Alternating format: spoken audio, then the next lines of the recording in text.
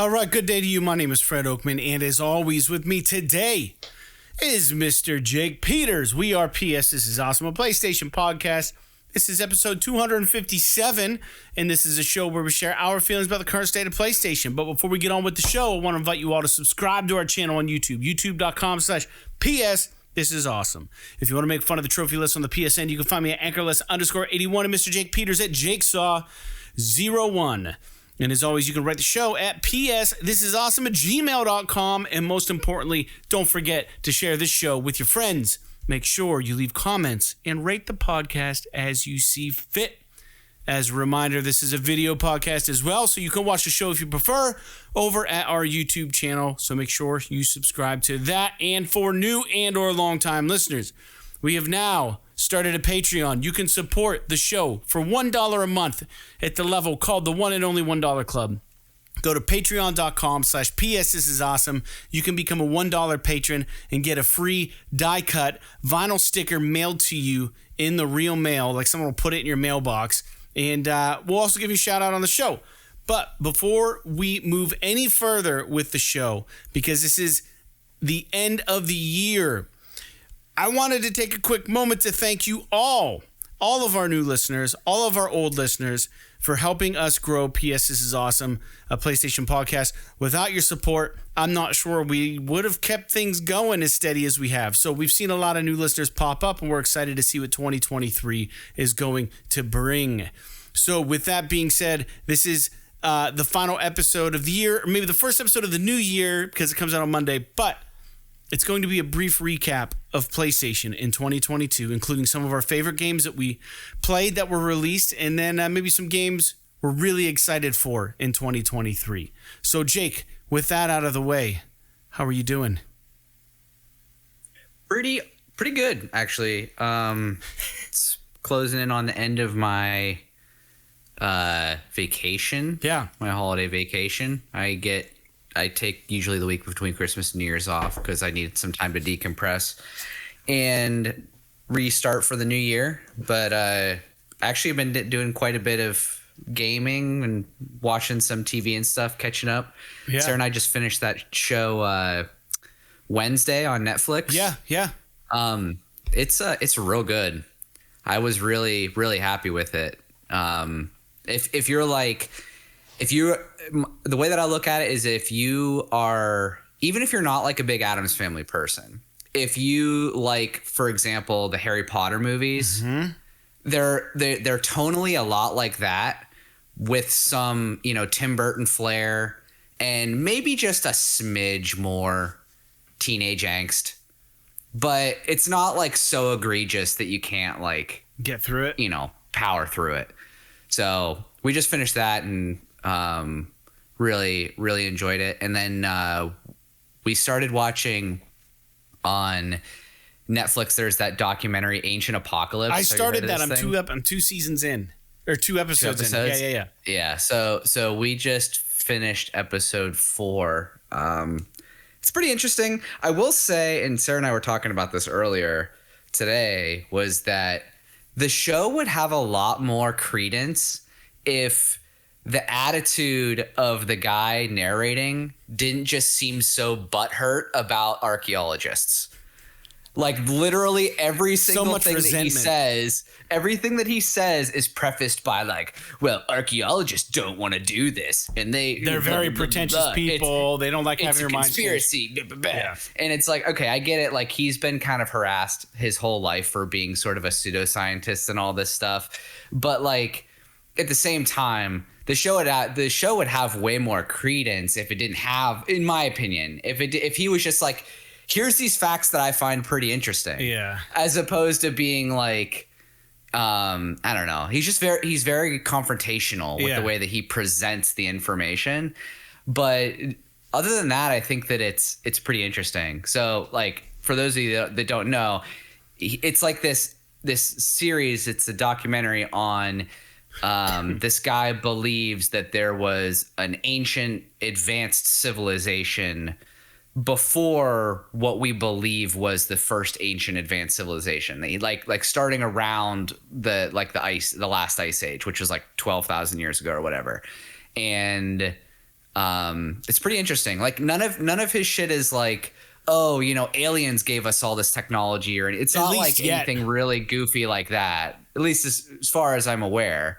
But all of it just basically what he's just trying to put across is like, there's a lot of commonalities across the world that seem to point to there being an ancient civilization of humanity before that kind of got wiped out, had some sort of advanced happened. Yeah, that maybe got wiped out at the end of the last ice age or whatever.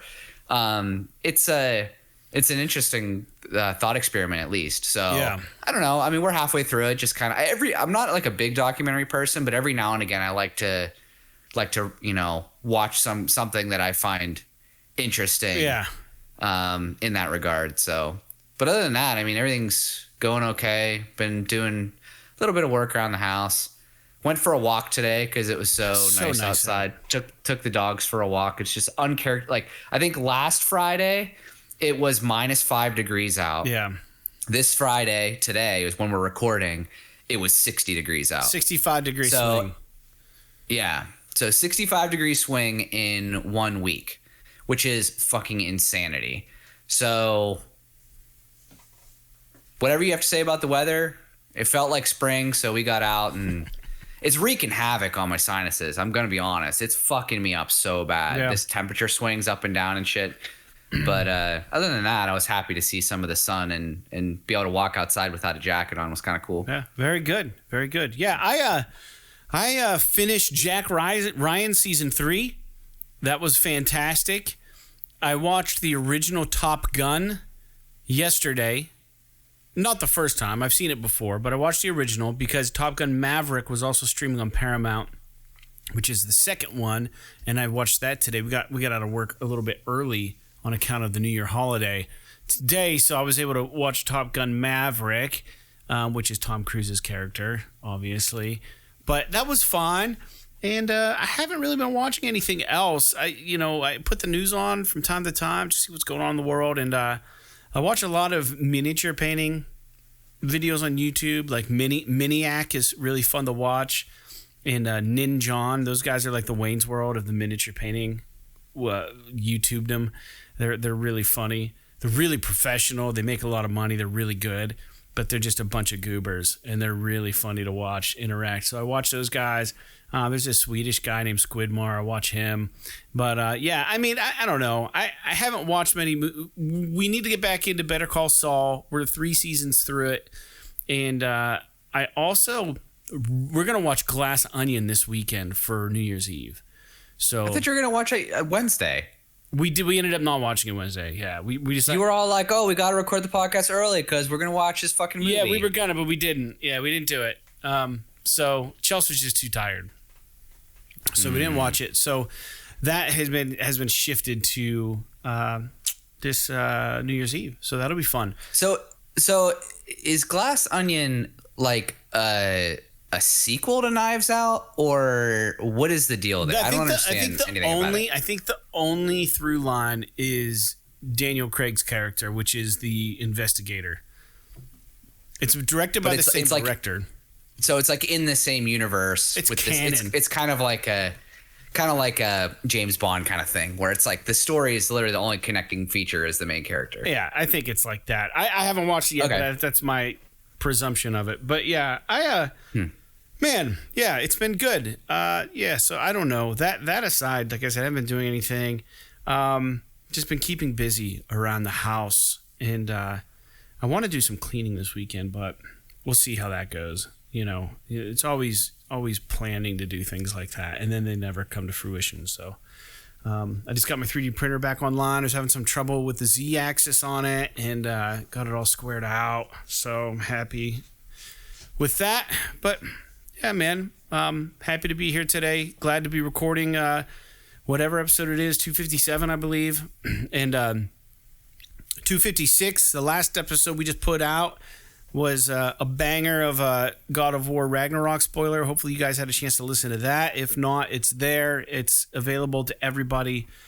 And I think if we continue to grow our Patreon, that we probably will start releasing spoiler casts quite a bit early for the patrons and then release them after the fact on YouTube. But this one just seems so relevant with trying to build our listener base. You know, God of War Ragnarok just came out. We both played it, so it was kind of important to put out right away. So that being said, let's talk about some games we're playing right now. You said you've had some time to play some games lately. I finally I deleted Chorus on the PlayStation 5 and I downloaded Stray, and I'm into it.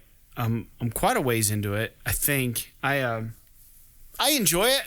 The beginning's really kind of sad. The gameplay's fine. It's not so open worldy that I'm getting annoyed. The little puzzles are fine. The interactions with different robots is cool. The setting is amazing, and the lighting is so good in that game, and I really appreciate that. But I am kind of interested. I just got the part, minor spoiler, where you get the UV light or whatever that can melt the bad guys. Wait, which game? I'm sorry. Stray. Oh, okay. Yeah. Jake had a moment. He's trying to update the notes, I think, right now. Sorry. Yeah, I'm looking. I'm trying to get a gauge of. So, I didn't mean not to derail the conversation. Anyway, continue. I'll come in later. Not a big deal. So, been playing that. Been playing The Witcher 3. I put 2 videos up real quick on the YouTube. Witcher 3 videos of the PS5 upgrade. Just me kind of hacking around. I tried to edit out some of the in between moments, like just to give you an idea what the side quests are like in that game. I could just kind of edit it. I've been playing with Share Factory, so I've got 2 up there on the YouTube channel. If you want to watch those, they're there. They're not like wild. I'm not like talking over it or anything. It's just gameplay video, but it's pretty cool. But yeah, I don't know. Jake, you said you've been playing some games. I'd like to hear about what games you've been playing. So right before the last episode, I beat God of War Ragnarok, or I was about to beat it as we recorded it last week. So since then, I have played and beat High on Life, and I'm probably 3 or 4 hours into the Callisto Protocol. Oh, so you bought it, huh? Moving along. Yeah, I did buy it. I'm moving along, and I will say that for people who are interested in if you don't like, I'm just gonna talk about High on Life first. If you don't like Rick and Morty, you won't like this game. The humor is like right up that. It's the same guy that did Rick and Morty did this. So if you don't like that humor, you're not going to like this game. But that said, the game was really fun. I really enjoyed it. It had some really serious like A tier PS3 kind of vibes, where it was like one of those games back in the day that you would play almost like a Space Marine or something like that, where it was just like a fucking solid game that was fun, that was just a video game. It didn't take itself super seriously. It wasn't like, really crazy with the realism or the immersion or anything like that. It was just a fucking video game, and it was just really good. I liked the whole concept. It was really interesting. The whole thing is just kind of bizarre. Like you have these guns that talk, and they all have different personalities, and it's really, really interesting. Yeah. The whole concept is basically like some aliens land on Earth, and they start harvesting humans to smoke them as drugs. And so you end up escaping with one of these guns that can talk, and you two hatch a plan to take down this cartel and save Earth, essentially, and all these humans from being basically smoked by aliens. It's so funny, and it's such an absurd concept, and it's just really, it is really wild. But the game is super fun. The Callisto Protocol, on the other hand, I've been really enjoying it also. And my brother was texting me about it a little bit earlier today, was asking me if I liked it or whatever. And basically what I told him was that I really like it so far. It's The graphics are awesome. The atmosphere is awesome. It's gory as hell. It's like it's really hammering home the horror aspect of it. The story is kind of like whatever. It honestly, to me, the story doesn't even matter. It's just like I'm in this fucking prison and I'm trying to get out, and there's all this insane shit going on that's really terrifying. Yeah. And that, like, to me, that's all you really need to know about it. It does, like, it is markedly Dead Space in terms of its like, it is not, it's, I would say that it's not a far-fetched to say that it is a spiritual successor to Dead Space. Okay. I mean, it's got the same guy made it, Glenn Schofield. The one negative that I will say, and I don't even know if I want to consider it a negative, because I hate people who think that any control scheme that is off of the norm is inherently bad.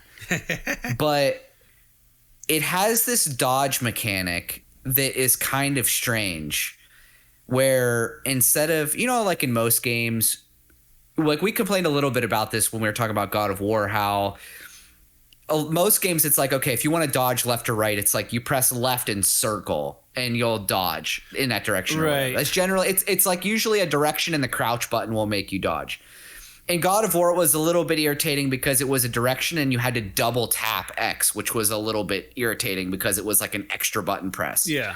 The thing about Callisto Protocol is it's just you hold the left stick in a particular direction, and it only triggers when an enemy tries to attack you. So you can't just dodge on a whim. It's almost like a pseudo parry. Whereas, like, when an enemy attacks you, you have to press the stick in a certain direction to dodge. And you hold it back when an enemy attacks to attempt to block the attack. So it's this really kind of weird – it's a little bit difficult to get used to. And the combat is really challenging at first because you got to, like, run this through your brain.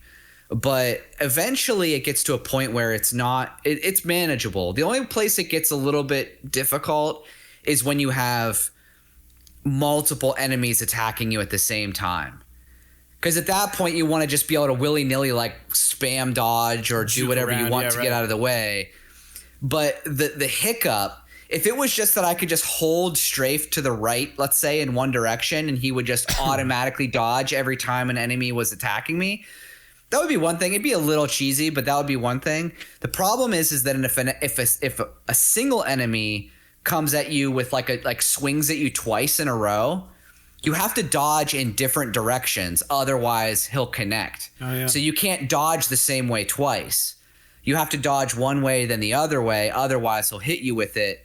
So it presents like a little bit of a hang up in combat when there's multiple enemies, because you don't know, like, okay, this guy attacked me more than once and that guy's keep track, right? It's weird. Like, usually you just kind of like swing it back and forth or whatever. But to be clear, I haven't encountered too many situations where I have like two guys swinging at me at the same time. Generally, if there's multiple enemies, they'll like kind of take their turn a little bit. But in my opinion, this could have all just been mitigated if they had just made it just a regular dodge command, whether it's, a direction in X or a direction in circle or whatever, to allow me to have agency over when it happens and not force me into this like parry-esque thing where I have to hold the stick down whenever an enemy is actively attacking me.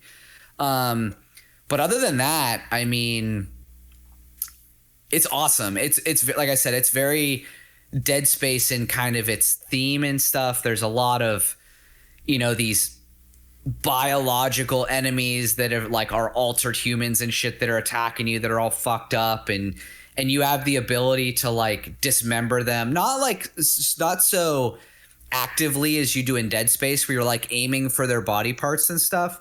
But in the game, you can do these melee attacks, and then whenever you stagger an enemy, it'll bring up like a lock on for an enemy body part, and you could pull out your gun and shoot it. So you can basically hit them, and then when they stagger, it might lock on their arm, and if you pull out the gun and shoot it, it'll blow their arm off, and now they only have one arm to attack you with.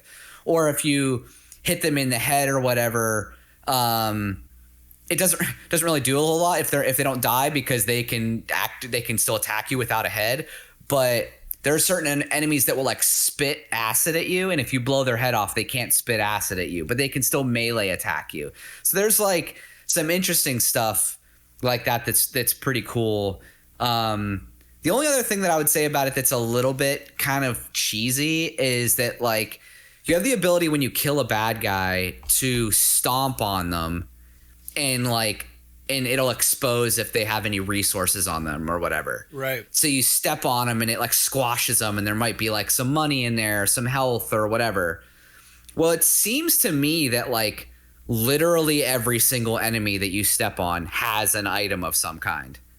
And so like, which is fine, but to me it's kind of like, why make me do the stompy thing then? Like, I get that it's atmospheric and stuff, but just like when I kill them, have them drop the fucking item. It's just not as efficient, right? As it was. Yeah, don't make me go around and stomp every single fucking enemy.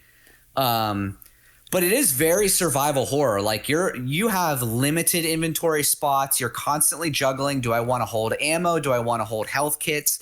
Or there's like these pieces that you can pick up that are solely for selling for money. And it's like, well, I'm holding this, but it's taking up a slot if I want to have ammo or something like that. But if I can make it to the next, we'll just say merchant, which is like this little like vending machine thing you can use. Like I could sell that and get credits to upgrade my gear or whatever. So like it's very survival horror in that way. I'm really liking it so far, and I love how linear it is, because like I know that was a big complaint for a lot of reviewers. But the fact that I can, when sometimes you'll get to a point and there'll be like two branching paths, you can actively be like, okay, I'm just gonna just go down one path and I don't have to worry about it because I know the game is linear, so it'll only go so far. And then I got to come back and I can go down the other way. And it's usually like, oh, if it's the branching path that you're not supposed to take, there's like resources down there or something, or like an audio log that like fleshes out the story or whatever. So like the limited branching paths that they offer are typically just like little side jaunts to get like some extra resources or some exposition, not like these like vast sprawling like open areas that suck tons of your time away or whatever. Right. But I can understand why this game is a little bit shorter. I mean, the production value in this game is fucking through the roof. Yeah. It's graphically, it's amazing. It's one of the best graphics I've probably ever seen in a video game. And the atmosphere is great. It's so weird going from High on Life, which is like a shooter, to that, because it controls very slow and very like methodical, because it's kind of scary. They want you to be walking and plodding, and High on Life was very like run around and you're like jumping and shooting things and all sorts of weird shit's happening.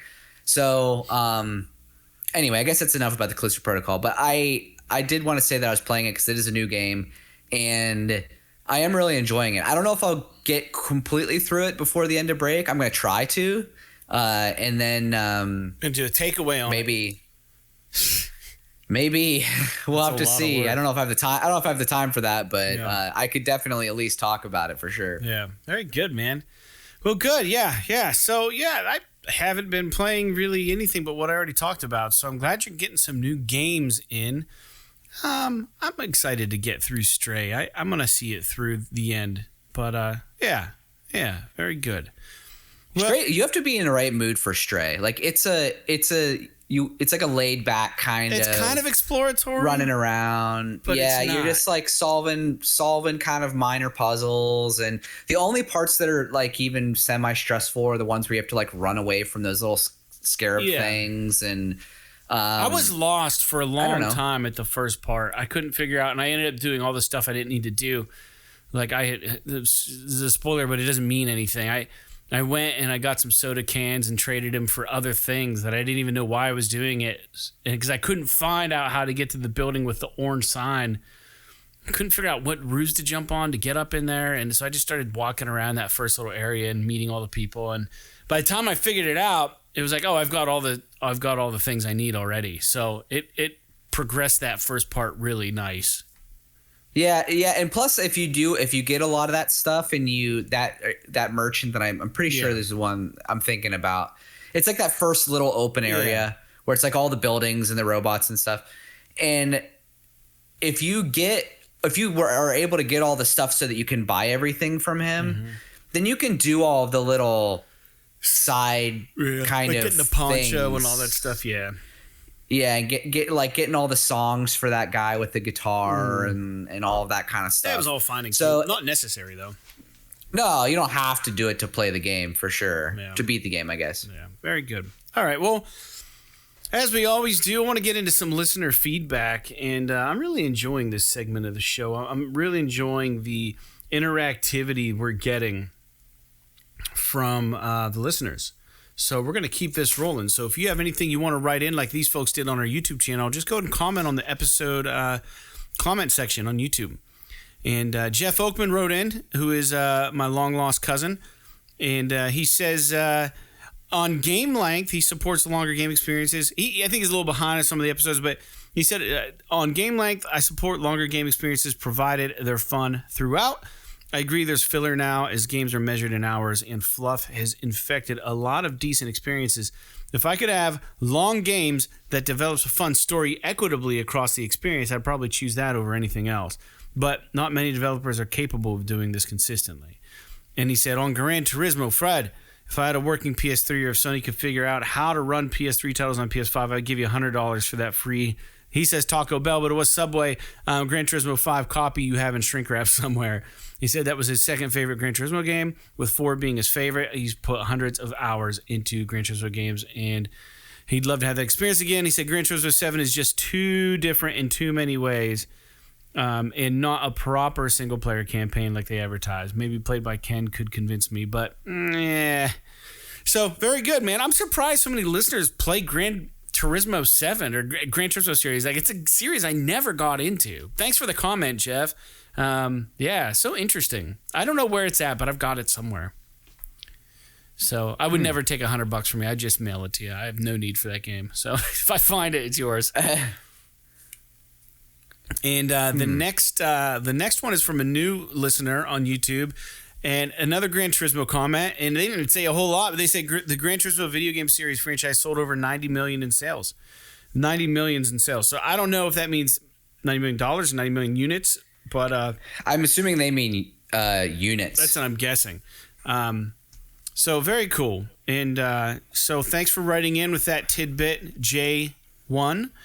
And last, Big Box had something to say about the multiplayer stuff, Jake. Big Box is a newer writer. I like this. I like the mystery behind Big Box here. Just writing in and giving us some feedback. He said, Jake asked last week if we could recommend any multiplayer games for him. The answer is no. I'm not confident there are any multiplayer games out at the moment he would actually enjoy. Here's what I wonder, though. Jake does a podcast, which is essentially a 2 co-op game. Maybe it has some light PvP elements and he has to ban people in the chat or maybe push back on some hot takes from Fred. My theory is that multiplayer is evolving out of its immature phase. Small levels, arena-based PvP, into something that has a better chance of capturing Jake's attention. Massive worlds where players aren't on top of each other and developers can set more complex objectives other than kill opponents in 10 minutes, as well as a wider variety of objectives. Think Valheim, Rust, DayZ, Ark, but built with a modern-day technology by AAA studios who have studied the weaknesses of those games. Does that potentially resonate with you guys? I feel like the industry is about to be flooded with these types of metaverse games over the next few years, and I think they're going to grab more types of players. Am I nuts? Merry Christmas, Happy New Year's, and keep up the great work in 2023. Thanks for writing in, Big Box. I love hearing from you. I think he touches on a lot of interesting things. I would say, I mean, unless I'm misunderstanding what he's going with his examples, but I mean, the perfect example to me is Destiny, and I actively really like that game. Yeah, it's like one of the few multiplayer games that I'll play, and I play it by myself. Same thing with like not Destiny. I just said that. Division, for example. I really enjoyed the Division. I just played it by myself, and I can generally tune out the other people in the game, because it's not like GTA Online where they can just fucking just like ruin your day. You spawn into a like, map and you get shot with like a grenade launcher over and over, and they chase you and all kinds of shit. They do have. I will say this real quick, and I'll let you go on. They do have a mode now where you can make yourself invincible to other players in the free mode in GTA Online, which is awesome. Yeah, but I'm sure they can still like follow you around and like drive their car into you and like do all kinds of shit that like would just annoy you, even though if it can't kill you. I think you're kind of like transparent to them, like, you know what I mean? Like, oh, interesting. But you still exist in the world. But anyways, so go ahead. My hope is that the evolution of this is going to be whatever factions ends up being. So that it's going to be some kind of, you know, this open world multiplayer game in a single player environment kind of thing, if that makes any sense, where it's like, you know, you have a story, you have real objectives in missions, you can play it by yourself if you want to, or you can play it with friends if you want to. I tend to agree with Big Box on this, in that like these types of games I think are going to be the evolution of multiplayer. There's definitely still going to be. Can I say Big Box sounds like a Metal Gear Solid boss? That's all I'm saying. Probably because it sounds so similar to Big Boss, but I understand what you're saying there, Big Box. Yeah, my immediate thought was like Home Depot, but like a big box store. Yeah, right. But anyway, I mean, there's always gonna be shit like Counter-Strike and Call of Duty and stuff like that. But I do think that you're right, and that there's gonna be a lot of new stuff building off of the shared world shooter kind of thing that Bungie invented with Destiny. I don't want to say they invented it, but they damn well near perfected it. So, you know, the Division was built off of that, which we've already talked about, that we both really loved. And a lot of other games are trying to, you know, you're talking about Anthem and like Avengers, for example. Both of those games weren't necessarily successes, but you're talking about these things are becoming more and more of a benchmark for new studios to kind of seek with, because all these companies, games are getting so expensive to develop now. They all want an aspect of this in their game so that they can gain more money out of their product without having to charge you $150 for a game.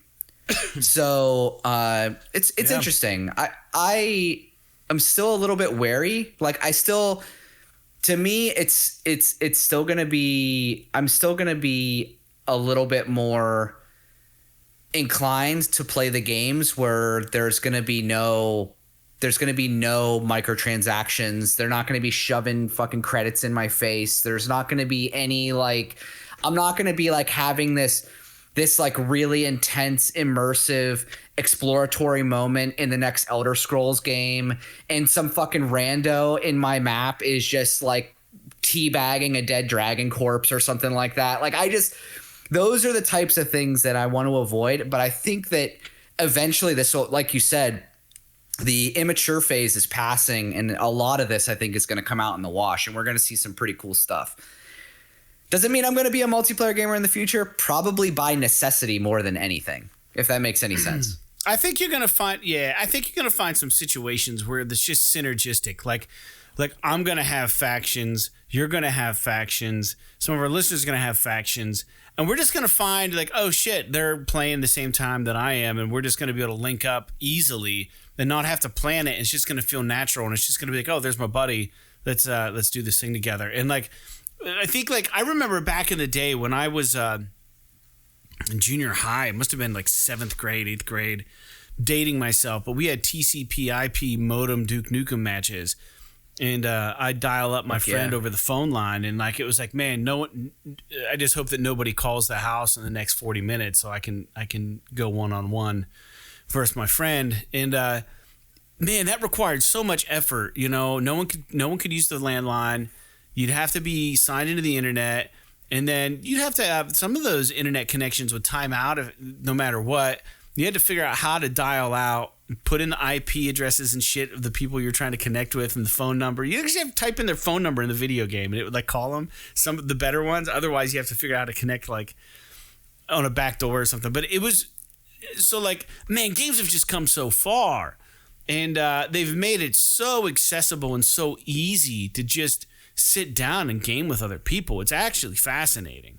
But yeah, there are definitely some pros and cons to it. But I'm definitely more open to playing online with people than you are, Jake. And I think that I don't know if I view my video game time the same way as you do. I think if the game grabs me and I like the idea of the game, I will play that game and inject myself into that online world just so I can enjoy the game.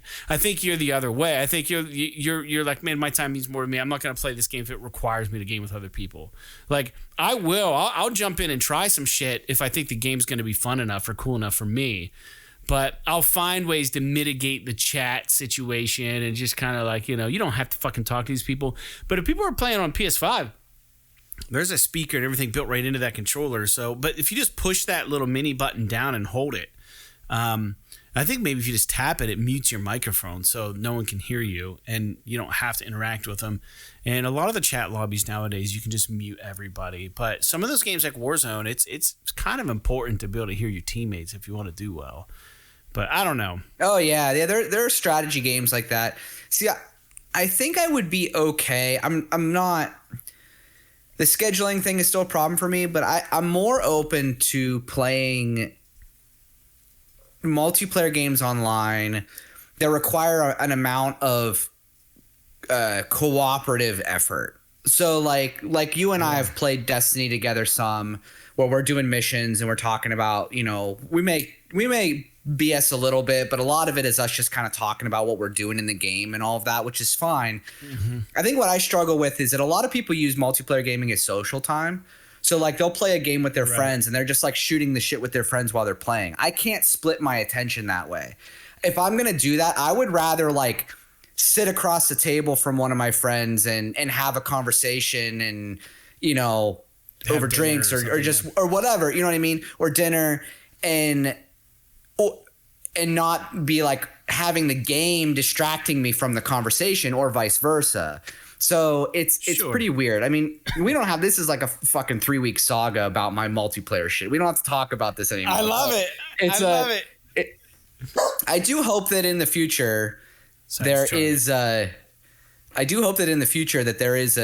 some kind of a game that gets me in the same way. The closest thing obviously recently Destiny, but before that, The Last of Us was the last game that got even close to having me be sort of attached in a multiplayer competitive sense. So if any game can do it, it might be Factions. We'll see. Yeah. Well, very good. Sorry, my dog's down here with me, Charlie. You can probably hear him in the background. I can't control him, so whatever you hear is just how it's going to be. All right. Well, we've got a lot to talk about as far as 2022 and 2023.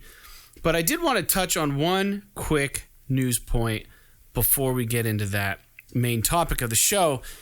And the news point is interesting, and it was the only one I could find.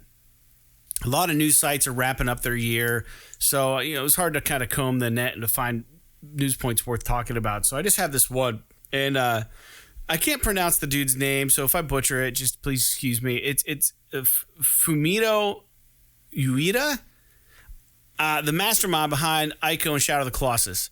During the really lengthy development of Last Guardian, though, he started freelancing. But anyhow, he's going to be revealing a new game in 2023. He indicated that the team he's on and is spearheading, they're working really hard to be able to finally announce something. So they say, please give us your support. So that's actually kind of exciting. That means we'll see it in probably 2040 is when it'll come out. is my Last guess. Guardian Seeing as how The Last Guardian took literally like 13 years to come out. So, yeah. We'll see. Did you ever play The Last Guardian? No, I didn't have any interest, to be honest with you. I know a lot of people say that it's good, but in the PS3 era, I was all in on these types of games. But it just got to a point where I wasn't I don't have as much time to play games anymore, so I don't want to a lot of times I don't want to put my time into stuff like this. I would rather put my time into something a little bit more active and a little bit more exciting because I feel like I'm getting more bang for my buck. But I know that a lot of people – I know it's a pretty divisive title, but I know a lot of people really did like it. And I think you were one of them, right? Well, I had some major issues with the controls, but not major enough to make me put the game down or stop playing it. And by the time I was done with it, I was like, that was fucking masterclass storytelling. It was so good. It was if you are a dog lover, you have to play this game. Like not that the animal in The Last Guardian is a dog, but he has some mannerisms, like he'll roll over on his back, but he's enormous, right? And just like kick his legs when you're scratching him and stuff. It's really, really adorable. But he's also, man, it's just such a good fucking game. If you haven't played The Last Guardian, I recommend it. And Jake, I think you would get something out of this game if you could just temper your frustration a little bit with the controls. I think it has a lot to offer. Maybe. Yeah. I'm getting a lot of lag in our Discord chat right now, just so you know. I don't know what it is, but we're just going to keep pushing on. So I want to talk about games, the 2022 games that I'm going to say are PS This Is Awesome approved. I think that's a good way to put it. And they're not going to be in any particular order, but I just want to kind of talk about a couple of these games. And we can have quick little side conversations about them if you want. Why I have them on the list, why you like it, maybe whatever. But these are all games that were released in 2022, and this is the main thickness of the show. So instead of doing like a game of the year, I think maybe just saying, hey, let's take a look back. Let's do a little retrospective of 2022, and here are some games that really fucking were good. And to be thankful for that, right? And then we're going to take a look into the future and see what's coming down the pike. So the first game I have on here, in no particular order, I'm playing it now, is Stray. Jake, I know you liked Stray, right? I loved Stray, yep. It's great game. Really good. The graphics, the setting, the environment, the vibe, everything about it so far is... really on a different level. Like it's such a non-conventional title, but somehow still feels very conventional. Does that make sense? I mean, conventional in that it's kind of a walking simulator style game. I mean, I guess it kind of fits that category, but it's unconventional in its delivery, I guess you could say. Yeah, and the cat animations are just fantastic. So good. The game is awesome. I know you haven't beat it yet, but it's just the way the cat controls is so fluid. Like it doesn't seem out of place at all. No, it's. I like a lot of like you said, the animations are really good when you're doing all of the little things. Like when he picks up the robot with his mouth and carries it around, and like all the little like scratching on the little things and all that stuff, like in the way that he interacts with all of the NPC characters and stuff. It's really interesting. It's not really that challenging. It's kind of a little bit of an emotional experience. I don't know. It's enjoyable. The color palette and the aesthetics of the game are very, very neat, very interesting. I love that it's stylized in a specific way. But yeah, I really enjoyed it. Yeah, very good. The next one on the list is God of War Ragnarok. There's nothing to be said about this one. This is just the freaking, I don't know. This is what everyone wanted this year, and we got it, and it was good. So listen to our spoiler cast if you want to hear our opinion about that game. It was very, very good. Next one I have on the list, Call of Duty Warzone 2.0. This game took me by surprise, got me back into Call of Duty a little bit. I really enjoyed my time with this, and I don't know if it was that I was playing with friends and I felt a little more connected with people, or if the game's just that good. I mean, based on everything I've read, it's really just that good. Is it actually called Warzone 2.0, or is it like something just people are calling it? No, that's what the title is, yeah. Yeah. Jake, you don't have anything to say about that one because you haven't played it, I don't think. And then the next one that surprisingly came out in 2022. Let me just, before I say this game, I'm really annoyed that the Discord is laggy because usually I can pace our conversation by watching your movements and the way you're reacting. And there's a huge delay between that and the audio, so it's throwing me the fuck off right now, and it's confusing. I don't know what it is. Anyways, A Plague Tale Requiem, just a masterclass in storytelling. My God, this game was so much better than it had any business being. It shouldn't have been this good. It shouldn't have. God, what a great game! So good. And unfortunately, it came out in the year that Ragnarok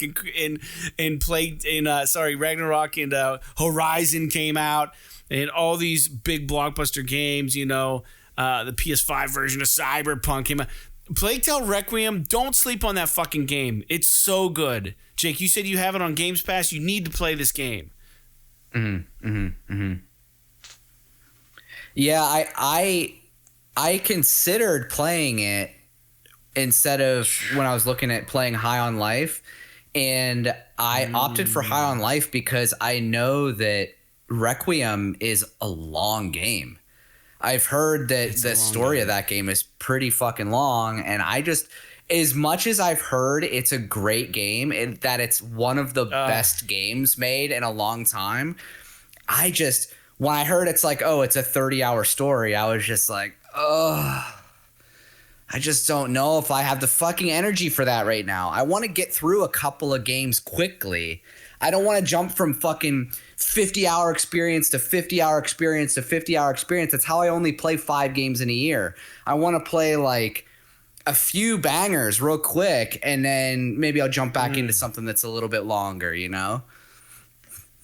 Yeah. It's amazing. You can't not play it, though. You have to play it at some point. That's all I'm saying. You have to. You got to do it, and the listeners need to do it also. I mean, it's just if you haven't. I mean, it is kind of important to play the first Plague Tale game, or just watch a recap online or something, and then just jump right into Plague Tale Requiem, because Requiem is much better than a Plague Tale Innocence. Anyways, Resident Evil Village and the downloadable content, I believe that all came out this year. Did it not? Or did Resident Evil Village come out in 21? I think Resident Evil Village came out last year. Okay, well then I'm going to say the DLC, the Stories of Rose or whatever it's called, was awesome. It was good. So I'm glad that happened.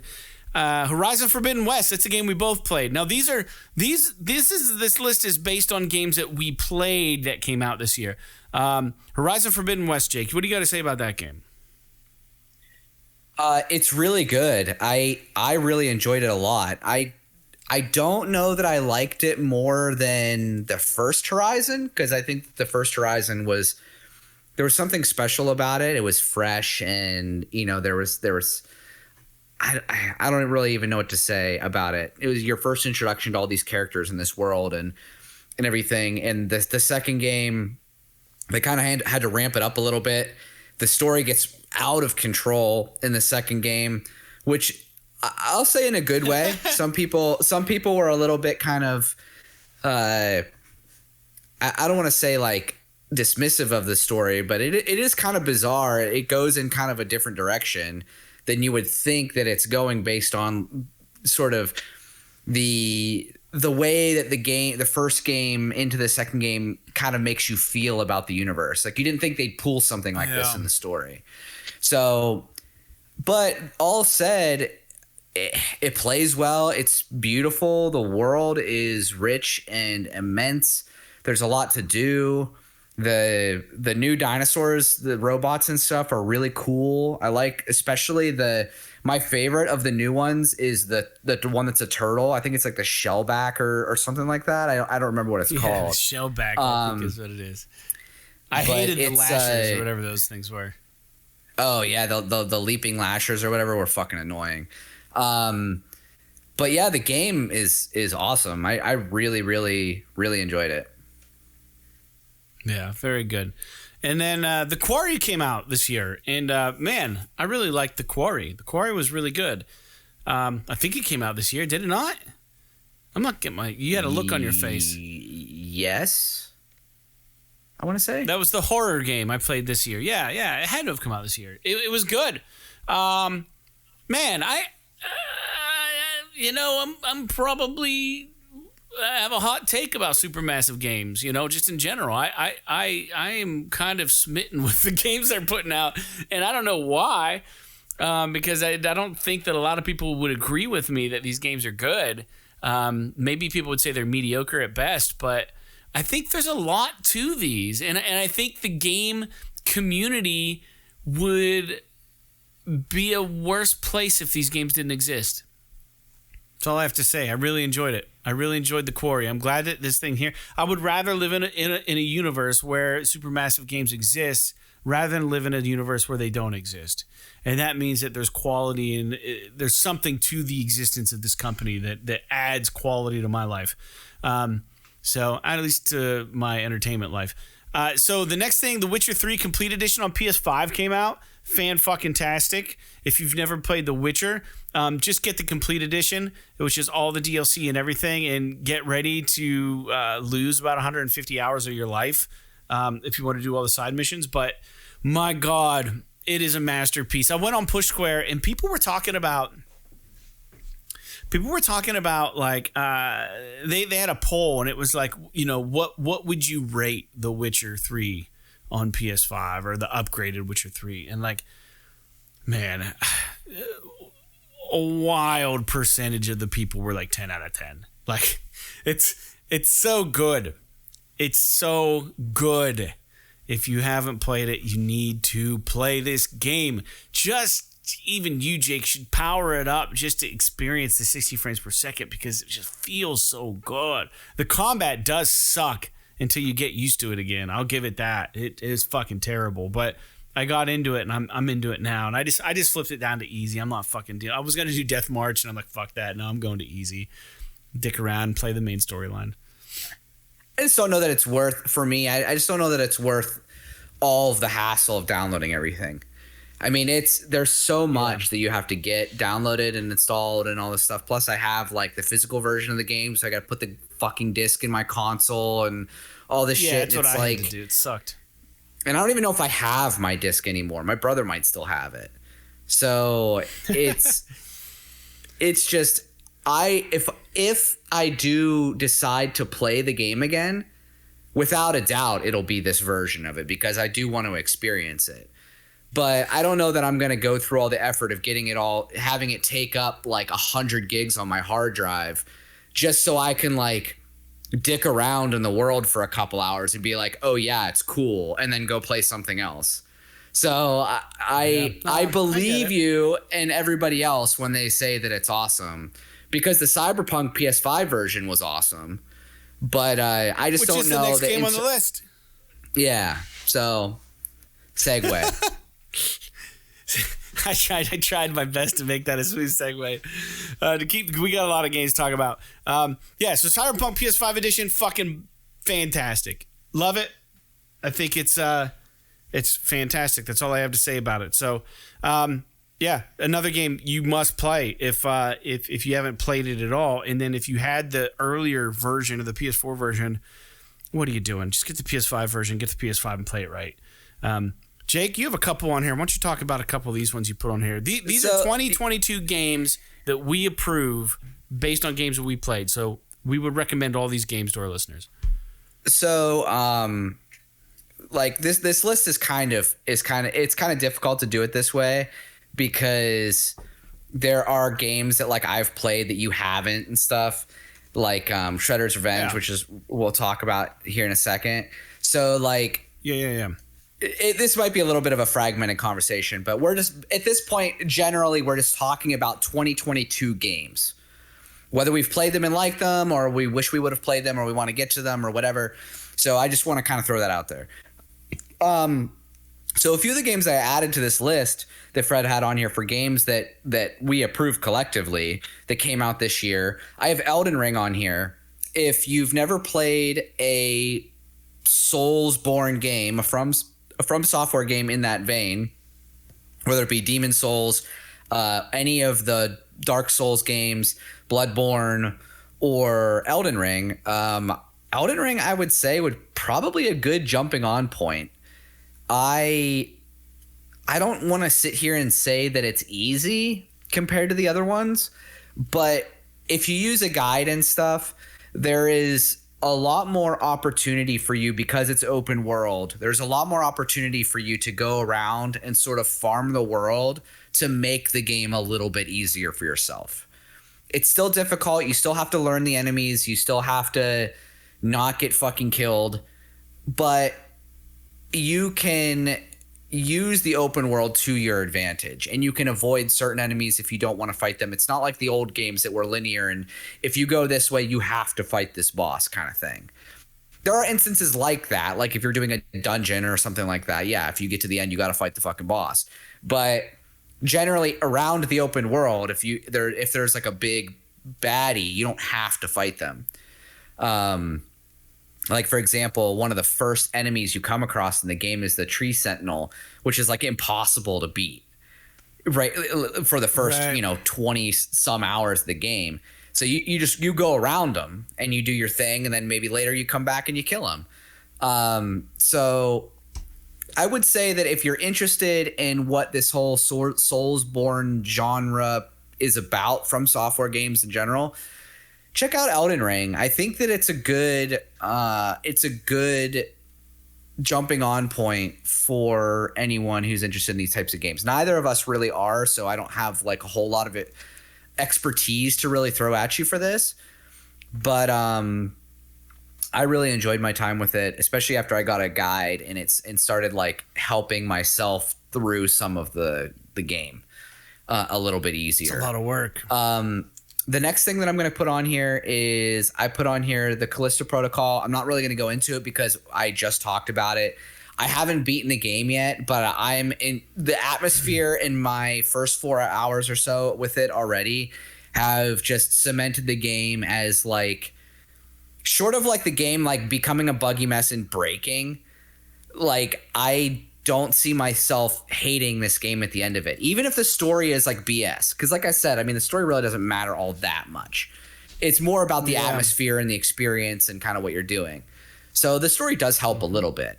But I will say, and I think I said this to Fred before, maybe even on the podcast, if you've never played Dead Space, I would probably wait and play the Dead Space remake before you play this game. And I think it's because it will correctly frame for you what the it's like playing Final Fantasy VII before playing the Final Fantasy VII remake. It's like you should play the original first. So and I think that the remake of Dead Space is going to be faithful to the original. So I don't think that you're going to lose a whole lot there. The only thing that they're doing that annoys me is they're voicing Isaac Clarke, which I think is kind of stupid. But because he was unvoiced voicing the main character? Yeah, and he was unvoiced in the original, which I think is kind of weird. That's but a little weird. Whatever. But yeah, I will say Callisto Protocol, so far so good. I don't. Now, if the game like ends and it's 4 hours long, maybe you don't want to spend $70 on it. But I would say that if you're willing to spend, $50 on a sale for a game that might be 8 to 10 hours, I think it's probably worth your time if you're into horror games, because it is very, very much a horror game. Next thing I have down here is Nobody Saves the World, which is a game by Drinkbox. and who did Guacamelee. They did Severed on Vita.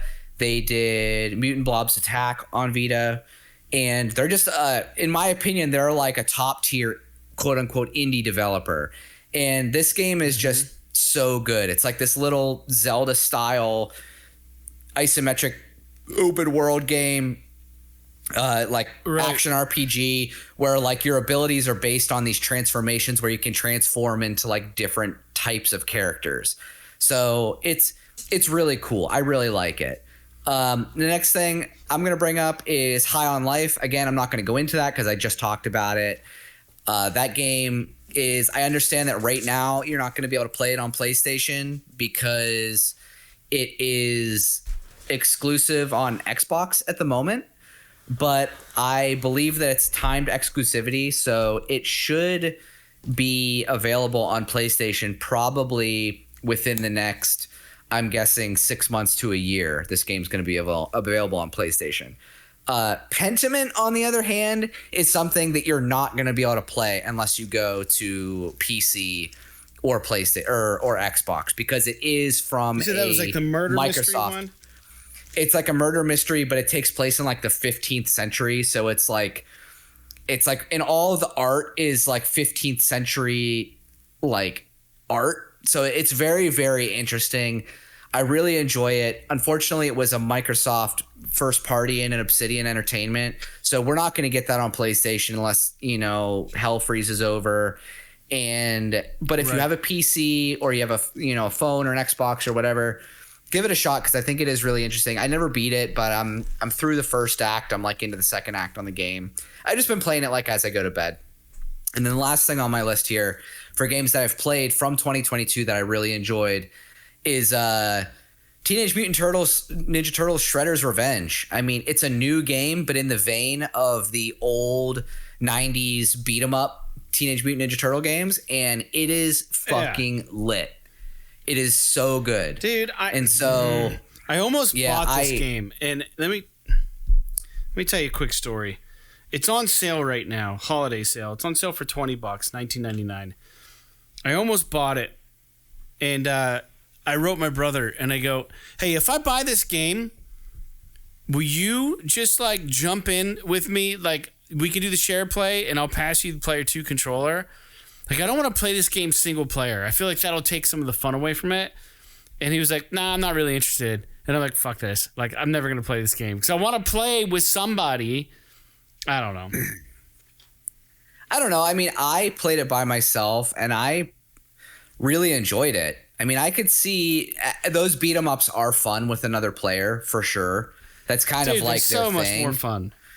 But, especially like the old days, I was like, those were big couch co-op games. Streets of Rage is, obviously a key title in there that we've talked about Streets of Rage 4 in the past. But the best. Yeah, it's so good. I don't know really what to say about it. I just think that if you're interested in those side scroller beat 'em ups like Streets of Rage and stuff, just fucking play it. It's really, really good. Yeah. Well, I'm gonna have. So that's all I have at least for games we've played. Of the games that we played, I think even though Jake didn't play some of the ones that I played, and even though I didn't play some of the ones that Jake played, I think it's safe to say that if you pick up any of those games, so long as you have an idea of what you're getting into and you're interested in the one of those games, it's gonna not disappoint. So we'll let it go there. And the next part that I wanted to talk about, Jake, as with every year, every year, the backlog gets a little bigger, right? They're the ones that got away. Because considering you and I don't play a ton of games, that fucking list of games we just talked about, we've been fucking gaming, dude. Like, Sure. we're not playing like every new game that comes out, but we're playing a lot of, those were all 2022 games you and I played. That's not bad considering. Sometimes I feel like we're doing our listeners a disservice by not playing some of these more current games. And then I see a list like that and I'm like, no, we're doing just fine. We are doing just fine. So this next list though are the 2022 games that got away. that I'd still like to try my hand on, and Jake, I think you might have one or two on here, or maybe you'll agree with some of these. Sifu, number one. That was like the fighting game. Supposed to be kind of innovative with the, I don't know what you want to call it, the kind of like the fighting mechanics, supposed to be pretty innovative, kind of challenging. But this game looked awesome, and I didn't get a chance to play it. Jake, are you interested in Sifu? I am interested in it, but I am not necessarily interested in the challenge, if that makes any sense. It's kind of like how I felt about Sleeping Dogs, where I love the idea of these complex like fighting games that are not fighting games. They're more like beat 'em ups or you know, action games. But I'm too stupid as I get older to like be able to remember and react and use all the proper button sequences and all of this stuff. I mean, I fucking ham-fisted God of War. I mean, you can sit there and you can play that game methodically and use all the right weapons and link all the combos together and do all this shit. But here's me just fucking mashing buttons and, you know, ramming the same tack over and over again and all this stuff. So I am intrigued by it, but I don't know that I'm ever really going to play it. Yeah.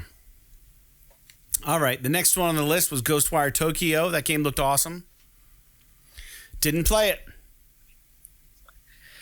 Yeah, I really do want to play Ghostwire Tokyo. I'm kind of holding off on it because I get the feeling that Sony is going to do the same shit that they did with Deathloop, and is like right before exclusivity runs out, they're going to put it on PlayStation Plus. So okay. I've been just kind of holding off because I figure eventually it's just going to be on PlayStation Plus and I'll be able to play it. So that's kind of where I'm at with it. But I do really want to play it for sure. Yeah, it looked good. I think this one's going to get away from me. I think that one's going to get away. I think Rollerdrome eventually is going to come free to the PlayStation somehow, and that's on my list. Also, I might as well just say it since it's on here. The Ollie World was made by the same developer. So those two games came out this year, I think within 6 months of one another, and they both were really good. Ollie World made it on a lot of people's top 5 games this year. So that's something I want to visit. It looked awesome for sure. I didn't play it, but it looked really good. Yeah. Another game, Final Fantasy Crisis Core. I still haven't played Final Fantasy VII Intergrade, and I don't know what the hell I'm doing. Yeah, I don't know. You keep reminding me of that too. I still haven't played the DLC for it. I really enjoyed the main game, but I need to play that Yuffie DLC before the sequel to the remake comes out. Maybe as early as the end of next year, possibly the like first half of 2024. So I really do need to get to that this year sometime. This year, I mean 2023. Yeah, Crisis Core looks good. Intergrade came out a while back, but still in the Final Fantasy realm. I had another one on here. Call of Duty Modern Warfare 2 just looks good. Again, I got Cold War and I played that and I really enjoyed it. And I'm just like, man, I don't know what it is about Call of Duty campaigns that I enjoy so much. And I think this one had a campaign, did it not? I believe so, yeah. So, yeah, I'd like to play it. I mean, if it goes on sale, it catches me at the right moment, maybe I'll get that. The Last of Us Part 1, the remaster of The Last of Us, it got away from me. I can't justify the money on it. Doesn't mean I don't want to play it. If I could play it for free, I would have done it already. I just can't justify it because I've already played the game like 6 times. But anyways, I don't know. Jake, if this goes down in price, would you ever purchase this?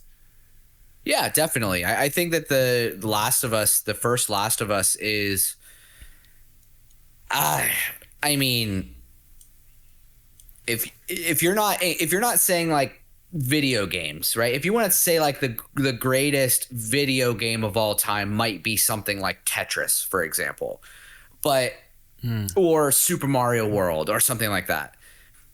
But if you want to talk about greatest video game experiences of all time, including like the whole gambit of the medium, from story to sound to acting to on top of gameplay and all of that, I would 100% argue that the first Last of Us is top 5 all time.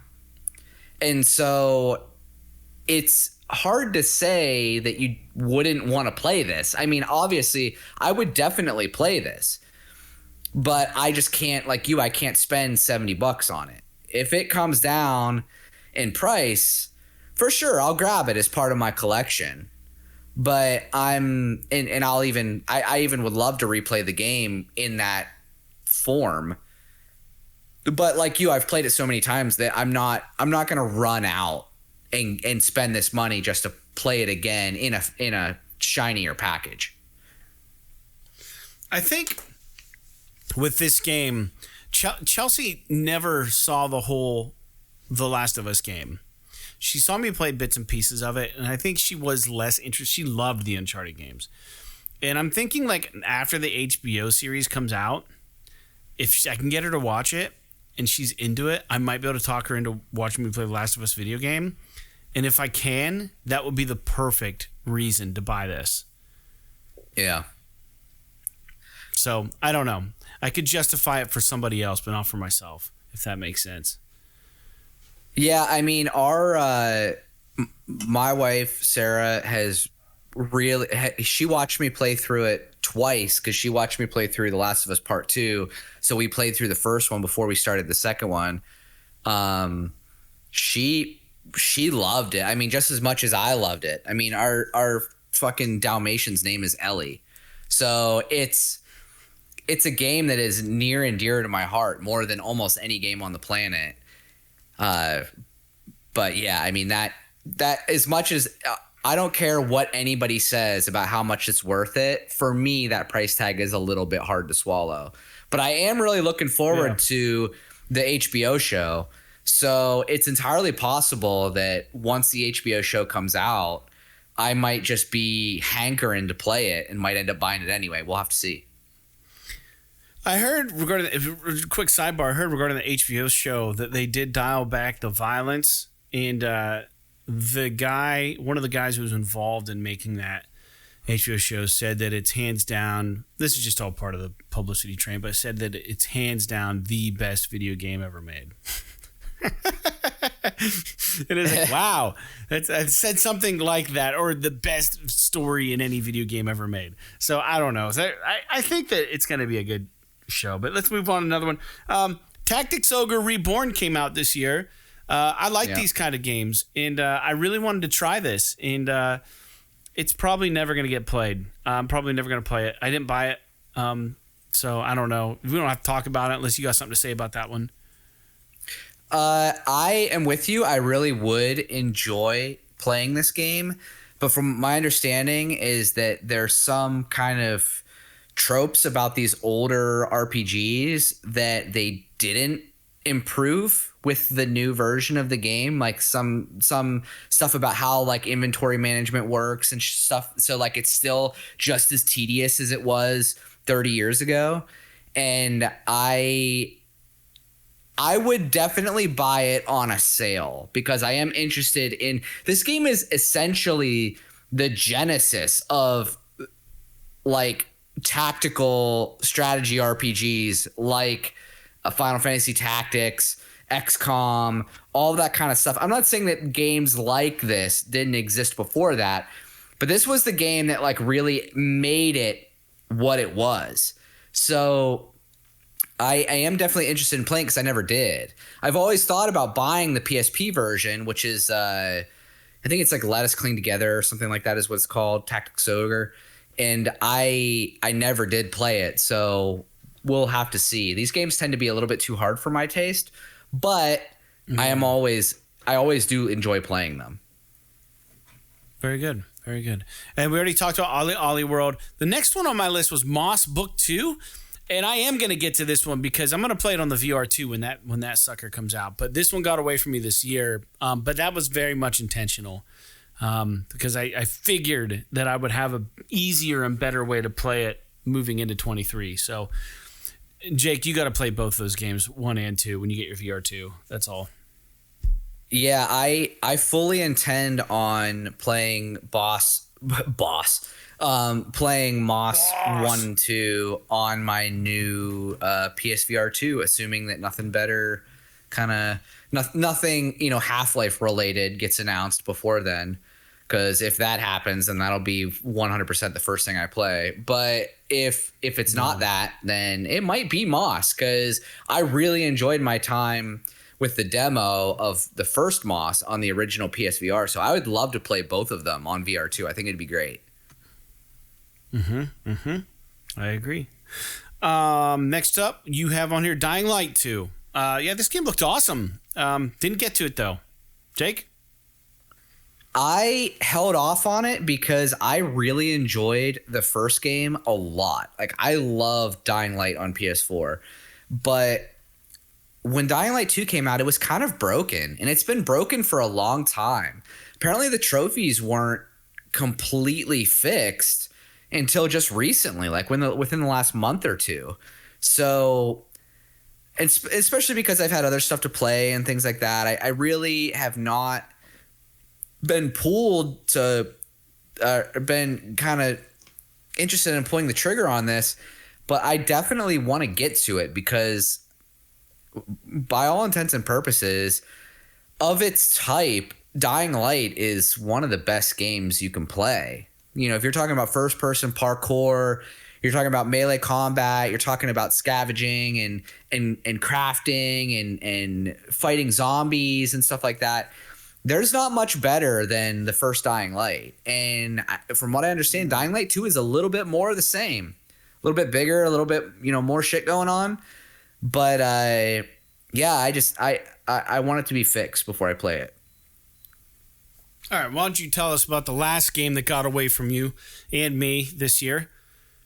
So the last thing I have on the list here is Tiny Tina's Wonderlands, which is the spin-off Borderlands game. That is, I guess the theme of it is that you're playing D&D with Tiny Tina and you're transported into this fantasy world.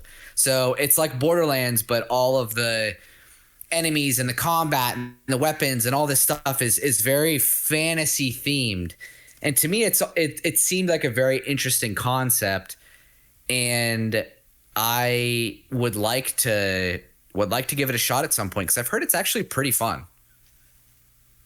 Yeah, I heard it was a good game. Also, I just look at that. I mean, everyone's going nuts about 2023, and this is very typical to our culture. Is that we're always looking. The grass is always greener elsewhere. But you look at this list of games, including the ones that got away and the ones that we did play. Let me just go through them real quick. 2022 gave us Stray, God of War Ragnarok, Call of Duty Warzone 2. A Plague Tale Requiem, Resident Evil Village, or the DLC, sorry, Horizon Forbidden West, The Quarry, Witcher 3 Complete Edition on PS5, Cyberpunk PS5 Edition, Elden Ring, The Callisto Protocol, Nobody Saves the World, High on Life, Pentiment, TMNT Shredder's Revenge, Sifu, Ghostwire Tokyo, Rollerdrome, Crisis Core, Call of Duty Modern Warfare 2, The Last of Us Part 1 Remake, Tactics Reborn, Ollie Ollie World, Moss Book 2, Dying Light 2, and Tiny Tina's Wonderlands. It's a pretty awesome list of games for 2022. So it definitely wasn't a dud year. Pretty good year for PlayStation and for gamers. But that being said, Jake, what does 2023 hold for us?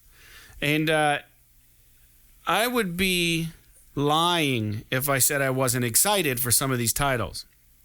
So real quick, I made a quick list on here of games and the relative due dates of when they're going to be coming out. And I wanted to go over these real quick just to share my excitement, maybe kind of gush over how cool maybe some of this is going to be, or just kind of poke your brain about a few of them and let the listeners know that this is going to be a nice year for video games. So tuck away that extra rainy day money because you're going to want to spend it on some of these, I'm sure. The first thing and foremost thing that I'm really excited for is we're getting PSVR 2 in February, and all of those day one launch titles. So I can't wait to try these hand controllers. I can't wait to try the haptic feedback and the thing. I can't wait to hook it into the PS5 and see how it integrates. I can't wait to see like the space thing, like you put the headset on and just get your room set up. It's going to be fucking rad. And I'm really excited for the VR2. I don't know. Yeah, man. I am excited to give it a shot and jump back, have a reason to jump back into VR, because as soon as I got my PS5, it was fucking over. I mean, I didn't play it a whole lot on PS4, but as soon as I got my PS5, it was over for PSVR with me. It's like, there's no fucking way. I don't have the dongle. I'm not fucking with all this. And so I'm really excited to see what PSVR 2 has to offer. It seems like it's going to be a pretty big leap forward, to be honest. Yeah, it's going to be all of the leaps forward that we've been needing and wanting. January 27th, first month of 2023, we're getting Dead Space Remake. Boom. It's happening. The game's gold. It's already done. I believe it's gold. I know it's completed. They said it was completed. And that game's going to be rad. I haven't played the original, and I'm excited to try this. Yeah, I don't know yet if I'm going to pick it up. It's been a long time. I haven't played the original Dead Space since probably right around when it came out. So it's been a long time since I've played this game. But I'd be curious to see what it plays like now, because I would honestly consider the original Dead Space to be probably the best survival horror game ever made. So it's kind of a tall bar in hindsight to be able to sort of topple. So I'm curious, if I were to go back and play the remake, like, does it hold up to what my memories are of it? And so based on everything else that I've played since then, it's kind of an interesting thought experiment, I guess, a little bit. But I am excited for it. I don't know if I'm going to play it right off the bat, though. Yeah, it looks great. I don't know if it'll be a day one for me, just because I don't know what I'll be into, but I'm definitely going to play it. There's no doubt about it. That's January 27th. February 10th, we're getting Hogwarts Legacy 2023. This game has a lot of people really excited. So it looks good. Looks good. Jake? Dude, I'm pumped for this game. And I don't know why. Like, I'm not even like the biggest Hogwarts Harry Potter sort of fan, but I love the atmosphere of the movies. And but my wife is a huge Harry Potter fan. And so I definitely want to get this game and kind of see how it plays. I'm sure even if I buy it, even if I don't play it, I'm sure, or if I don't like it, I'm sure my wife would love to play it. So it's definitely on my radar for sure. Yeah. Yeah. So that was February 10th. February 21st, Atomic Heart comes out. They're not pulling any punches here. Like, we're going to get PSVR 2 in February. We're going to get Hogwarts Legacy in February, Atomic Heart in February, and Dead Space the month before, pretty much in February, January 27th. February's going to be ridiculous. Dude, yeah. Atomic Heart looks awesome. I don't know how it's going to play out, but it looks so good. So it's just fast-paced kind of. It just seems like, I don't know, fucking BioShock meets Doom or something like that. It's very, very wild-looking game. So I'm super excited for it, definitely. Yeah. And then speaking of the VR2, Horizon Call of the Mountain, which is the VR version of Horizon, is coming out February 22nd, the day after Atomic Heart comes out. Which is ridiculous. Yeah, obviously I'm excited for that game because it's going to be a big launch title for PSVR 2, and we're all excited to get our hands on that hardware and have something to play. So it is definitely exciting for sure that game is coming out. The thing about Call of the Mountain, it looks like it's on rails, but I mean, the one thing, if you haven't played VR, the one thing about VR games that is really impressive is the enormity and the scale that they can help you realize and conceptualize. And I just really want to see a tall neck in VR. I just really, because when I played Squadrons, or no, sorry, when Battlefront came out, Battlefront 2, there was one Star Wars mission in VR, and it was a TIE Fighter mission or something. X-Wing. It was an X-Wing mission. And on the menu for that mission, this AT or AT, whatever the hell you want to call it, I'm not a huge Star Wars fan, but comes walking out. And just the scale, you're like, holy fucking shit, that's awesome. Like, it just changes. Cool. It fucks your brain, man. Like, to be in the world of Horizon and see these fucking mechanical dinosaurs is going to be so rad in itself. I don't really care if it's on rails. I don't want it to be, and I know it's going to be, but I don't even really care. It'll be a really cool experience, man. Yeah, there's just something that they can't do. You can't do on a TV. Like, you're not close to it. You're viewing it through a window. So, like, to have it where you're like in real space with the object. Even like there's been tons of games where you fought enemies that are huge, and you think about Shadow of the Colossus for an example. Imagine if Shadow of the Colossus was in fucking VR, and you had to like run up to the Colossi or Colossuses or whatever on the horseback, but you're in VR and they're like fucking towering over you, and then you have to climb them. Like, that would be really kind of bananas. And it is, like you said, it is a shift in just perception. It is so strange. And you really can't describe it to you can't adequately describe it to someone without having them just experience it for themselves. Yeah, it's really bizarre. And the thing about man, my brother was 100% right about VR, and I didn't understand it. But he was saying, man, he goes, you got to think bigger than just first person stuff in VR. Like, think about like third person or platforming games in VR, how cool that would be. And I was like, yeah, I don't know, man. That defeats the purpose. Like, but he's 100% right, man. Platforming shit, like, even if you were in that world of Shadow of the Colossus and you were playing the game, but you were like an invisible person still there in that world playing it, being able to look around and see it all, that's like what Moss is. And it's just so fucking rad to be this omnipresent entity in a platforming game and just have just this weird, I don't want to say overwhelming, but this very, very realistic immersion that like you don't get from those style of games. Like, when did you ever feel immersed in a platformer? Like, it just doesn't fucking happen. Like, the dude in VR, it's fucking rad. It's like, wow, I'm like in this weird fucking world. I don't know. It's like what Astrobot was like. Yeah, so good. Yeah. Anyways, let's move on to the next one. Another game in 2023 coming out the 2 days after Horizon Call of the Mountain comes out on February 24th. Octopath Traveler 2 is dropping. The first Octopath Traveler was really good, and I never ended up finishing it, but I mean, I put a lot of time into it, and I really enjoyed my time with it. I'm curious how they're gonna. I hope they tighten the story up a little bit.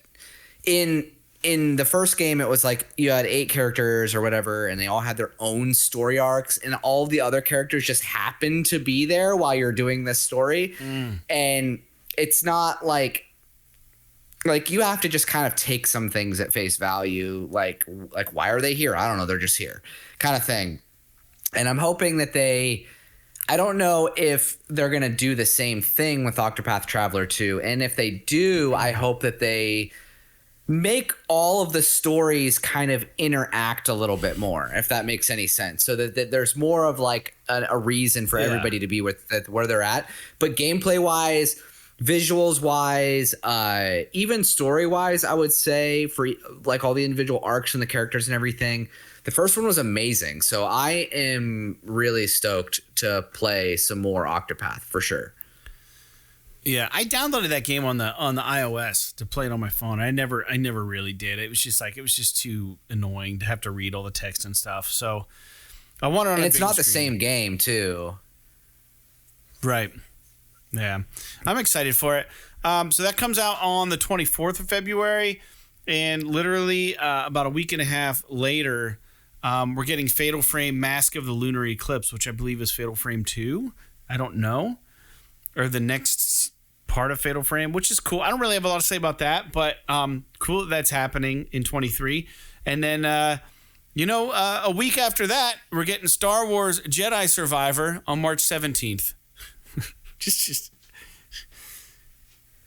This game, I'm excited for this game. The first game is a January PS Plus game. So Jedi Fallen Order. So definitely go out and just play that because that game's fucking dope. And then this is the sequel. So you'll get to play the first game and then jump right into the second game, which is awesome. It's cool when Sony does stuff like that for sure. Yeah, it's super awesome. I still need to play the first one. And then, 7 days after that comes out, we're getting the Resident Evil 4 remake, March 24th. It's going to be, I don't know what anyone's like, I don't know, like some of these podcast sites and like review sites, they have to play all these games to get them up for reviews and to talk about them. Like, we don't have to. Like, we're going to try to get what we can, but I cannot imagine PSVR 2 comes out, Dead Space, Hogwarts Legacy, Atomic Heart, Horizon Call of the Mountain, Octopath Traveler 2, Fatal Frame, Mask of the Lunar Eclipse, Star Wars Jedi Survivor, Resident Evil 4 Remake, all within like a month. First 3 months of the year. Yeah, that's insane. Resident Evil 4, another game you haven't played on top of Dead Space. Literally considered to be the two best survival horror games ever made. You haven't played either one. So my advice is you should play fucking both of them. But I will probably play Resident Evil 4 Remake for sure. Because it's kind of a stupid way to say it, probably for sure. But I loved the Resident Evil 4. So I'm excited to see what they're doing with the remake. Yeah, I'm kind of a latecomer to the survival horror games, but I do enjoy them. So I'm all in on these. Next up, about 2.5 weeks after Resident Evil 4 Remake comes out, we're getting the DLC for Horizon Forbidden West. Burning Shores will be releasing April 19th. At this point, I don't even know if Horizon Forbidden West even has a shot. Did anyone care about this DLC? I hate to say it, but looking at this list, man, people are going to be so fucking tied up with the fucking storm of games that just came out. I don't know. Yeah, I'm curious. I hope it doesn't happen, but it's going to be difficult for me to get to Burning Shores. Because it's DLC and there's so many other just dope games coming out around it. Plus we got to squeeze Mass Effect 3 in there. So I'll be honest with you, and I haven't talked to you about this yet, but I may literally jump into Mass Effect 3 after I'm done with Callisto Protocol to try to get it out of the way before all this shit happens. So it's a smart move. I know we haven't done the Mass Effect 2 spoiler cast yet, but we got to get through it, and maybe we could just do both spoiler casts bang bang back to back. I don't know, but this first few months is going to be amazing and challenging, and I hope that Burning Shores doesn't get thrown to the side, but it might not be something I pick up day one. It might be a end of the year kind of purchase, to be honest with you. Yeah, like, oh shit, that came out. Let's play that now. Yeah. Yeah. After Horizon Forbidden West, I have Dead Island 2, which is coming out a week after the Burning Shores DLC. Dead Island 2 looks rad. It's been in developmental hell for a while, but I bet you it's going to be good. I liked the first Dead Island game, man.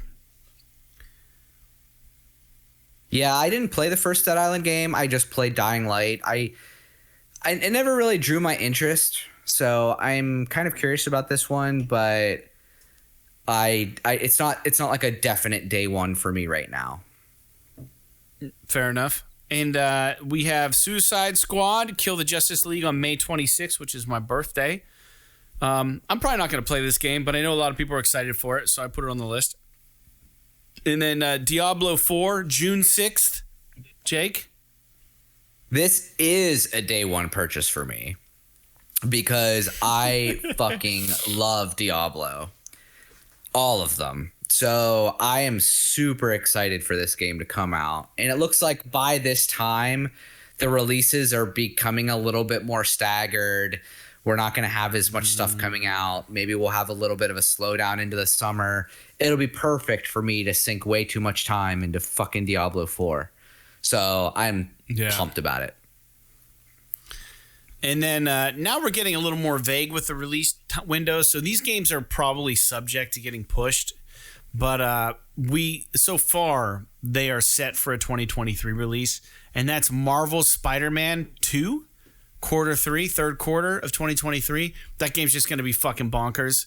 It's going to be so good. I really enjoyed Miles Morales. I love Spider-Man, Marvel Spider-Man 1. What can they do? What can they do to make it even better? Like I'm excited to see. This is going to be good. They put out quality games. Yeah, Spider-Man 2 is going to be awesome. I have no doubt. And if this game gets pushed, it'll be into Q4. I don't know that it's going to be pushed into next year or 2024. Insomniac's notoriously good about. They have been, I guess I should say, notoriously good about their releases. So I don't know that I'm worried about it getting pushed. This next one, on the other hand, I could definitely see getting pushed. So yeah, Final Fantasy VII Rebirth. They're saying Q4, so I'm guessing that could slide right into 24. But I am excited about it. Like I said, I loved Final Fantasy Remake, and this is the next entry.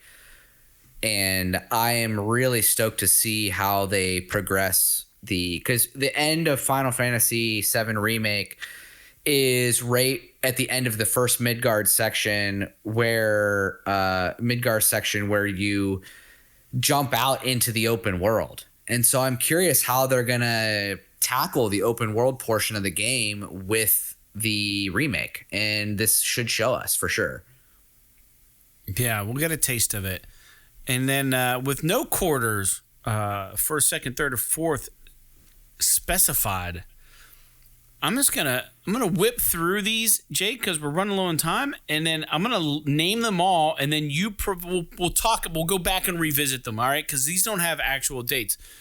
Arc Raiders, Alan Wake 2, Armored Core 6, Fires of Rubicon. We talked about that last episode. Assassin's Creed Mirage, the DLC for Cyberpunk 2077 called Phantom Liberty. Eiyuden Chronicles, 100 Heroes, which my brother's super jazzed about. Flashback 2 I put on the list because I remember Flashback to PC games fucking rad. It's very hard, but they have a number 2, which is awesome. The Division Heartland, The Wolf Among Us 2, Persona 3 and 4, Destiny, Lightfall, Final Fantasy 16, and Jake has on here for me on Xbox, Starfield. So Arc Raiders. I was just going to say that Persona 3 and 4 and Destiny and Final Fantasy 16, I believe, all have release dates. I just did not put them on here. So they're all fucking... Right. I think Persona 3 and 4 are like super early in the year, and Destiny is like spring, and Final Fantasy is in June. So just to give you an idea, if you want to know the exact dates, go look them up. I was too lazy to put them on here. But as far as Arc Raiders goes, that game looks pretty good, to be honest with you. It looks cool. Yeah, it looks awesome. Looks like a co-op online game. Maybe that'll be the one big box that gets Jake into it. We got Alan Wake 2. I never played the first Alan Wake. This doesn't really trip my trigger or anything, but I'm surprised if it does. Dude, Alan Wake is one of those games that I would, if you're looking for something different and you want something that's a little spooky, pick up Alan Wake Remastered and play it, because I'm actually pretty excited for Alan Wake 2, just to kind of see what they're going to do with a sequel, because the first game is kind of weird. So, I mean, all Remedy games are pretty fucking weird. But yeah, I'm excited for it, to be honest with you, because Alan Wake was an Xbox exclusive until last year, I guess, maybe 2 years ago. So yeah, it doesn't like have that. a lot of foothold in the PlayStation ecosystem. So I'm excited to see what it will do and what they come up with for a sequel for that game. Yeah, that'll be good. Armored Core 6, Fires Rubicon. This is the old Elden Ring fella. From Software. Yeah, but isn't it the same? No, it's not different directors. Miyazaki. Yeah, thank you. Jesus. So that'll be cool. Mech game. Assassin's Creed Mirage. Let's see what they bring to the table. I just have yet to enjoy an Assassin's Creed game outside of Black Flag, although I haven't played a lot of them. I don't really care about it, but it's just another reason for gamers to get excited, because I know a lot of people do. Cyberpunk 2077 Phantom Liberty is going to be awesome. I have no doubt about it.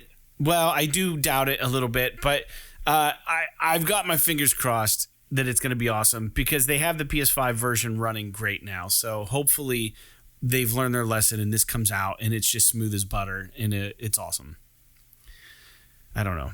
Yeah, I'm excited about it. It's hard for me to jump back into DLC, so we'll see if I'm on this right at the get. But Cyberpunk was awesome, so more Cyberpunk is nothing that's really going to be a problem for sure. And then the Eiyuden Chronicle 100 Heroes game looks really good. My brother introduced me to this, some trailers. That shit's going to be rad.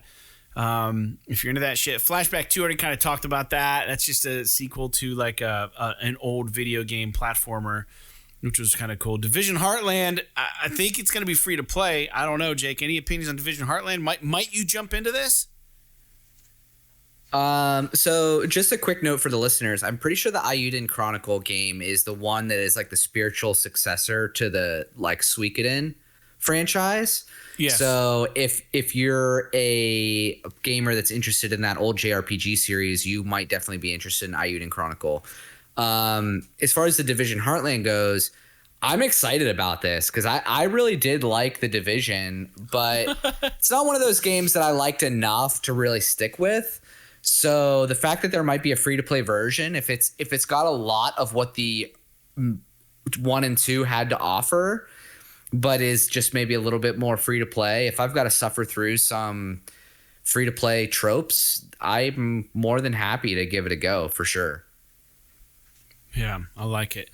And then I think Skybound is putting out The Wolf Among Us 2, and that should be good. The first Wolf Among Us was really... They did the Telltale. They kind of took over the Telltale properties, like the Walking Dead. We got the definitive edition of that, and I need to get back into that. And then they did The Wolf Among Us, and they also did what was the other one? They did the Borderlands one, which actually got a sequel recently, and it didn't do well. People didn't like it. Tales from the Borderlands was what it was called. But they did Batman, they did Game of Thrones, they did all kinds of shit. Thank you. Yeah, I'm excited about. I really liked the first Wolf Among Us series or season, so I might be willing to jump back into this. I haven't played a Telltale game, maybe even since Wolf Among Us 1, so it'll be interesting to see what they come up with for the second one. I mean, it's going to be definitely a wait for reviews kind of game for me, but it's one that I'm interested in playing. Yeah, why don't you take us through the last 4 if you have anything to say about any of those? So I don't really have a whole lot to say about Persona 3 and 4. I haven't played 3, but Persona 4 Golden is one of the best JRPGs I've ever played. I really like Persona 5. I think that the combat and the dungeon system is better, but I think the story and the atmosphere and the world of Persona 4 is much better than Persona 5. That's just my personal opinion. So if you're one of these people that never played Persona 4 Golden because it was locked on Vita or something like that, or on PS2, then now's your chance to play it because it's going to be available on PlayStation. and the new PlayStation consoles. I think they're technically releasing it for PS4, but it's going to be available. Obviously, you can play it on your PS5 if you want to. Destiny Lightfall, this is going to be a major overhaul for Destiny. And like I mentioned before, I'm not a big multiplayer gamer, but I do like Destiny a lot. I especially like playing the little, campaigns and seasons and story missions and stuff that they have in there. I like the shooting. I like the player progression. I like the skill sets and everything. So I'm excited. I'm always excited to see what they have to come up with in the Destiny universe. And it seems like Lightfall is going to be a pretty big deal.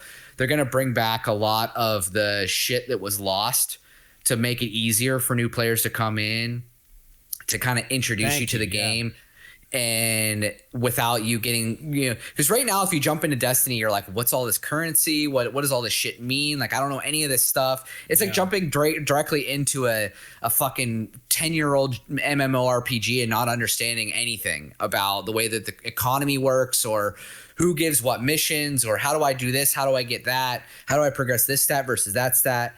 And it seems like they're going to try and remedy that with Lightfall. And so I'm excited to see what they come up with there. Final Fantasy 16 is something that I'm interested in just because I like the Final Fantasy games and this one looks cool.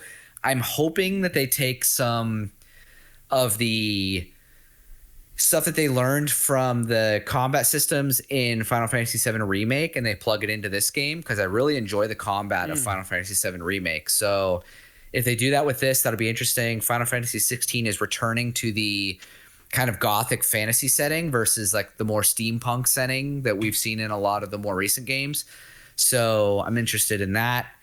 And then I don't really have to talk about it. Starfield is something that I'm just a huge Bethesda Game Studios fan. And because I have an Xbox, I have the ability to play it. So I'm excited about that. You just want to brag a little bit. It's okay. I accept that. I accept that as a truth. Yeah, very good. So thank you for that, Jake. And those are the 2023 shaping up to be awesome. And I'm sure there are games yet to be announced and games that will surprise us. And maybe games that are on this list that are just going to be right now, maybe they're not in the limelight, or maybe they're the I don't know, the underdog, and they're just going to show up and just blow our minds. But that always seems to happen every year with one or two games. So who knows what those might be, but those are the real big ones. Let's move on real quick because we didn't talk about new games coming out on the last episode. So we're starting with December 26th. These games hit the PSN recently, and by the time you're listening to this, they're already out. The Tale of Onagoro on PSVR. December 27th, we got a humongous classic collection on PS4. December 28th, we got Hyper Gunsport on PS5, PS4. And December 29th, we got Asterix and Obelix XXL2. And I remember that title from a long time ago. But that's all there is to the show. And, man, I really hope that the listeners enjoyed this episode. It was a little bit different than what we normally do. It might have sounded a little more unstructured. It may have actually sounded a little disjointed because Discord's been giving us, some problems, for sure. There's a little bit of gaps between when I'm talking to Jake and then his voice kicks in. Maybe it is all straightened out on OBS when it's recording. If not, you have our sincerest apologies. I hope you were able to listen to the show. And I don't know. I just wanted to wish everybody a good new year, kind of like how I kicked off the show. Thank you guys so much for listening to this podcast. It means a lot to me. I know it means a lot to Jake. We started this thing a long time ago, and it was just two friends that just wanted to talk about video games and try something out, something different. And then life kind of happened, and we put it down for a bit, and now we're back. And we've been here a long time, so we're happy that you're finding us, and we're happy that you're sticking around and that you're leaving comments. We wanted to build a community that we feel comfortable in, and a community where maybe like you don't have to obviously be an older adult like we are, a middle-aged dude or something, but I mean, like, there's, the video games nowadays are just kind of geared towards all kinds of demographics, but it's just nice to have like a working person's, like a regular person's video game. Like, this isn't our job. This isn't, anything but, like I always say in the podcast, a labor of love. Like, we love video games. We grew up with them, and we continue to grow with them. So it's always exciting to see what PlayStation's up to, and we appreciate you guys hopping on for the ride. So please stick with us into 2023. We're going to have plenty of podcasts. Jake, you got anything you'd like to say before we sign out? No, I hope everybody had a Merry Christmas or Happy Holidays and have a new year. Get drunk or don't. Kiss your significant other or don't. It doesn't fucking matter. But I hope you enjoy the extra day that you have off work. If you do, you might not, depending on the type of job you have. So all that said, I've got 2 more days left of vacation before I have to go back to work, and I'm gonna try and play some games in that time. My wife and I haven't done anything for New Year's for like probably I don't know, 5-7 years, something like that. We just don't do anything on New Year's, and we are going to a local brewery with my in-laws tomorrow to catch a band that my father-in-law knows somebody in the band, and we're just going to go get some food and have a couple drinks for New Year's tomorrow. So that'll be interesting. Just something to do, get out of the house and have a good time. I'm pretty excited. Good, man. Well, be safe. Watch out for the crazies. I know you guys are really responsible, and our listeners are probably pretty responsible too. Just if you're going out and you're driving around and shit, just be really vigilant and keep an eye on the roads, because a lot of people don't play safe, and a lot of people make really bad decisions on New Year's Eve. So make sure you're just being safe, but have fun. I want you to do both. So, yeah, thank you guys again. Yeah, so don't much. drink and drive. Right, yeah.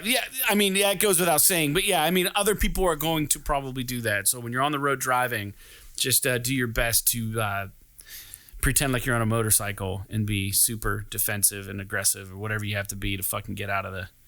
Find your exits. Keep your eye on your fucking exit routes. All right, well, that's it for this episode. And next time we'll talk to you, we'll be well into 2023. We post these episodes every Monday.